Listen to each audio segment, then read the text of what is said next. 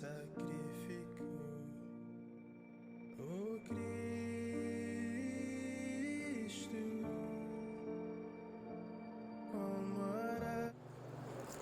A Bíblia aberta agora no livro de João, capítulo 14, versículo 6.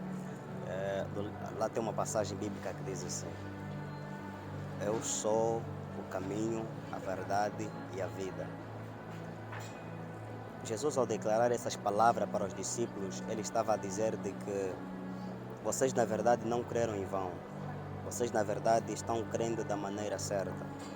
Porque existem muitas vidas que estavam crendo de maneira errada. Existem muitos corações que estavam crendo em maneiras erradas, numa esperança errada. Mas Jesus, ao declarar essas palavras para os discípulos, ele estava a dizer: vocês não creram em vão, vocês na verdade creram da forma certa. Porque Jesus agora, ele começa a predizer certos factos que irão acontecer antes deste cenáculo da crucificação. Antes de Jesus ser crucificado, ele começa a falar a respeito das coisas que eles haviam crido. Jesus vai dizer: eu vou para o Pai, mas antes de tudo ele vai dizer: não se turbe o vosso coração, crede em Deus e crede também em mim, porque na casa de meu Pai há muitas moradas. Jesus, ao falar que na casa de meu Pai há muitas moradas, ele estava a dizer de que a esperança que vocês receberam em mim, ela continua firme. A promessa da vida eterna que eu prometi dar a vocês, eu prometi honrar a vocês no reino do meu Pai. No reino que o meu Pai há de me confiar, eu também hei de honrar vocês. Vocês se assentarão sobre os 12 tronos de Israel para julgarem este povo. Vocês que sofreram comigo, vocês que passaram fome comigo, vocês que batalharam comigo, vocês que subiram o monte comigo, eu quero vos dizer uma coisa, de que a vossa esperança não é em vão. Mas só que neste jeito, Jesus falando, Filipe vai dizer: mestre, nós não sabemos o caminho, como poderemos saber de que o Senhor realmente vai neste caminho? Mostra-nos o Pai, Senhor.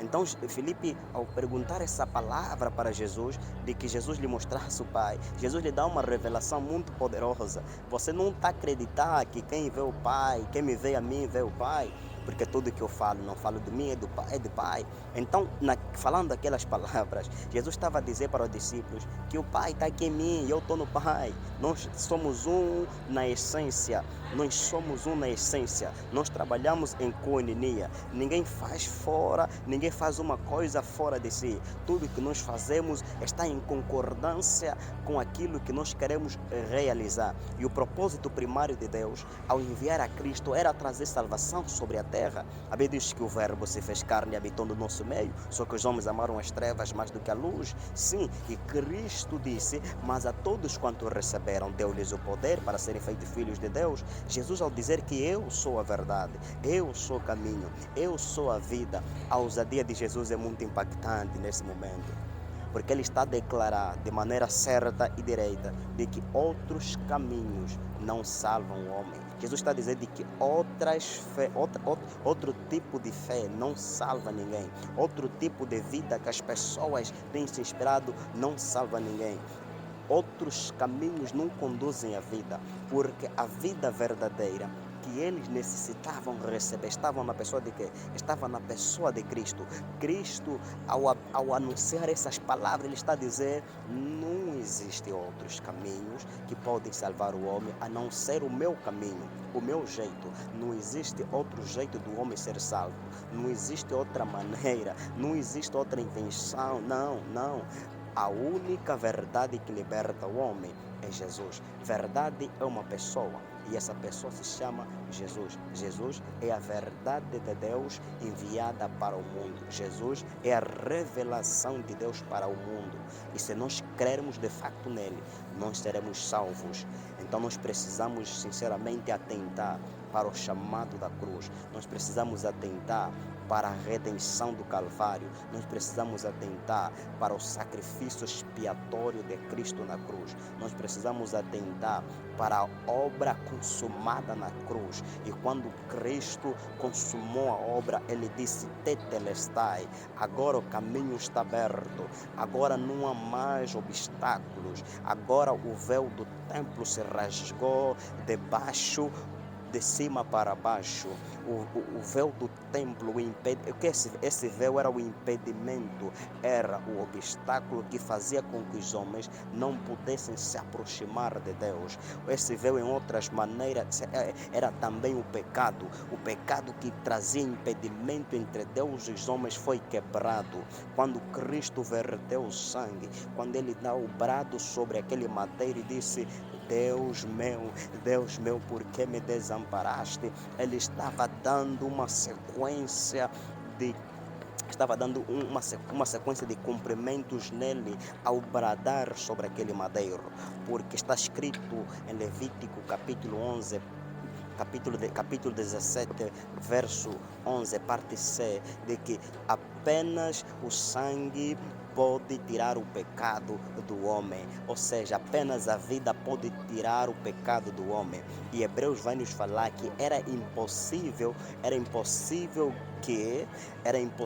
que os bodes, o sangue de bodes pudesse tirar o pecado do homem. O que é a expiação? A doutrina da expiação é a doutrina pelo qual Deus remove a iniquidade no homem. E Deus removeu essa iniquidade no homem de uma vez por toda quando Cristo morreu sobre a cruz. Quando Cristo morreu sobre a cruz, ele removeu em si todo o véu, ele removeu em si todo o impedimento. Então o impedimento foi removido, o obstáculo foi quebrado. Agora precisamos tão somente que nos aproximar, porque aquele que não experimentou pecado, ele o experimentou por nós. E ele, ao ser separado naquela cruz, na essência, Deus o Pai, o Deus Filho se separaram quando Jesus se fez maldito por nós. A Bíblia diz que maldito todo aquele que é pregado no madeiro. Deuteronômio capítulo 21, versículo 23. E em Gálatas capítulo 3, versículo 13. De que maldito é todo aquele que é pregado no madeiro. Então Cristo foi pregado no madeiro. Então Cristo foi pregado no madeiro por nossos pecados, por nossas culpas, para que nós fôssemos absolvidos. A Bíblia declara que Jesus dá um brado. Essa foi a pior dor de Cristo. A pior dor de Cristo não foi o flagelo que ele passou pelas mãos dos romanos. Não é porque Jesus não sentiu dor. Extremamente sim, Jesus sentiu dores como nenhum de nós jamais imaginou sentir.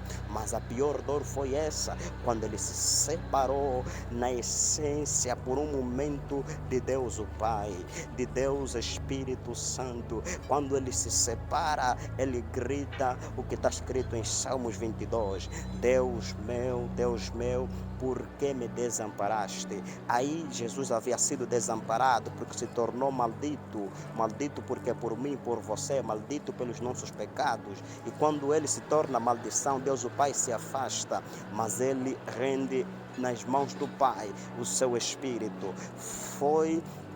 Entregou a sua vida por nós. Então a vida de Cristo, ao ser consumada sobre a cruz, ele não fez isso ele não morreu porque os romanos o mataram. Ele morreu porque ele próprio deu a sua vida. Ele disse: ninguém tem o poder de tirar a minha vida, eu a mesmo dou por amor a vós. Então Jesus rendeu, ele dá um brado e ele disse: em tuas mãos entrego o meu espírito. E acontece uma certa sucessão de factos. O céu se escurece, há trovões sobre a terra, a terra está agora entrando em colapso, porque um grande homem que dividiria a história da humanidade em antes e o depois dele. Por que ele vai dizer antes de mim não há, depois de mim também não há? Porque ele é o alfa e o ômega, o princípio e o fim. Ele é o que fez todas as coisas. O que vem de um centurião romano, ele declarou com seu coração ele declarou com a sua boca, e ele na verdade creu ao ver todo aquele cenáculo, e ele disse: verdadeiramente este era o Filho de Deus. Este era o Filho de Deus. E a Bíblia declara no capítulo 28 de Mateus de que no terceiro dia as mulheres estão indo para o sepulcro, e quando essas mulheres vão para o sepulcro, declara-nos as escrituras de que um anjo diz para eles, aquele anjo desceu e arrombou a pedra que estava sobre o sepulcro de Cristo. Ele diz: vinde, olhai a quem procurar Lazaro, ele ressuscitou, vai e conte aos vossos irmãos de que ele ressuscitou. A tradição judaica dizia de que as mulheres não podiam trazer as notícias. Era de maneira desrespeituosa uma mulher portar a notícia primeiro mais do que o homem. E naquele dia o anjo disse para ela: vai, conta as boas notícias de que ele ressuscitou. Jesus está vivo, ele vive para todo sempre. E as mulheres correm, as duas Marias, e elas correm contra os discípulos. Eu vi o túmulo, a tumba está vazia, ele ressuscitou, ele está vivo, ele veio ao nosso encontro e não demorou muito tempo. Jesus aparece: paz esteja convosco. E ele ressuscitou para garantir a nossa salvação. E a Bíblia declara que assim como o Pai ressuscitou a seu Filho dentre os mortos, nós cremos também que a mensagem da cruz irá trazer salvação e restauração para nós. Sim, ele passou por sofrimentos extremos, ele padeceu, ele sentiu dor como ninguém jamais imaginou sentir. E eu, num desses dias, ainda nesses dias, falando com aquele que ama a minha alma, e eu disse: Senhor, eu estava muito triste, muito abatido. Eu disse: Senhor, é muito pesada a cruz, é muito pesada a cruz sobre mim. E eu, instantaneamente, o Espírito de Deus, então Cristo veio até mim e ele me falou: filho, o que você passou não se compara ao que eu passei por ti naquela cruz. E Jesus começou a me trazer o cenáculo todo da cruz em minha mente. Ele começou a me fazer relembrar das chibatadas que perfuravam as suas costas, porque as chibatadas do chicote azorregue, que os romanos usavam para flagelar o homem, era um tipo de morte muito cruel. Era um tipo de morte cruel pelo qual o homem era subjugado, se tornava maldito, se tornava em vergonha, em desprezo. Por que é que eles vão matar a Jesus pelo pior tipo de morte que existe, para dizerem: acabem com este negócio? Porque quando os seus discípulos saberem que o seu mestre foi flagelado deste tipo, ninguém vai querer saber dessa coisa de cristianismo. Mas não, Jesus Cristo é flagelado por aqueles chicotes. São mais de 400 cortes nas costas de Jesus. É cravos e espinhos cravando no seu crânio. É um flagelo como nunca antes se viu. Mas declara as escrituras de que Jesus, ele passa tudo aquilo. Ele é soqueado, ele é cuspido, ele é zombado, ele é blasfemado, mas ele passa tudo aquilo calado. E Jesus me faz lembrar todo aquele cenáculo. Ele disse para mim: a cruz mais pesada, meu filho, eu carreguei por você. A cruz mais pesada eu carreguei por você. E eu comecei a chorar, não contém as lágrimas, e eu chorava, e eu disse: Senhor, se tão somente o Senhor me usar, se tão somente o Senhor me der coragem para falar, envia-me a mim. Eu quero falar, eu quero pregar a tua palavra sem reclamar, ainda que eu padeça, ainda que eu sofra, ainda que eu passe necessidade, mas eu vou proclamar o teu evangelho. E ele me levou naquele dia em que eu passei a noite, numa noite do verão, fazem aproximadamente um ano, em que eu passara à noite lá no metrô Planarnaia. Eu ia lá à procura de um certo trabalho, mas em caminho do regresso para casa eu não consegui voltar a tempo porque o metrô fechou. E quando o metrô fechou, eu tive que passar a noite fora do metrô, a céus abertos, nevando e um vento muito furioso.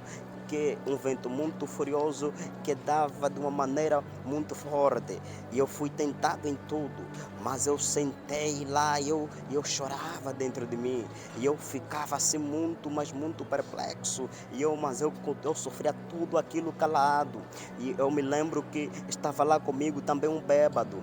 Nós nos chotaram do metrô, nós ficamos fora daquele cenáculo todo exposto à neve, a frio e no dia seguinte eu estava tão triste que eu não estava triste por mim, eu estava triste por aquele bêbado. Eu disse, no momento mais difícil, no momento da masmorra, no momento em que todos te viram as costas, há sempre um sirineu para nos ajudar a levar a cruz. A minha cruz estava pesada, mas aquele bêbado estava lá comigo, naquele frio, ele tremia de tanto frio. Era uma coisa muito horrível, era uma coisa... У нас запрещена съемка здесь на согласованной. На Хорошо, территории комплекса. хорошо. Я заканчиваю. Então ele passa por aquele cenáculo muito terrível. E eu também passei por este cenáculo no metrô Planar, né? E eu vivi aquilo de uma maneira assim muito terrível. Mas em tudo aquilo Jesus estava comigo. Ele não me desamparou. Ele esteve comigo e me ajudou e eu venci aquela batalha. E no dia seguinte eu vi que alguém morreu naquele frio todo terrível, mas eu ainda estava vivo. E eu quando cheguei em casa louvei a Deus, glorifiquei-o, porque em todos os caminhos Ele sempre esteve comigo. Aceite a Cristo, viva em Cristo, ande em Cristo, aceite-o. Não importa que você passe, o pior Ele passou por nós. Deus te abençoe, em nome de Jesus. Amém.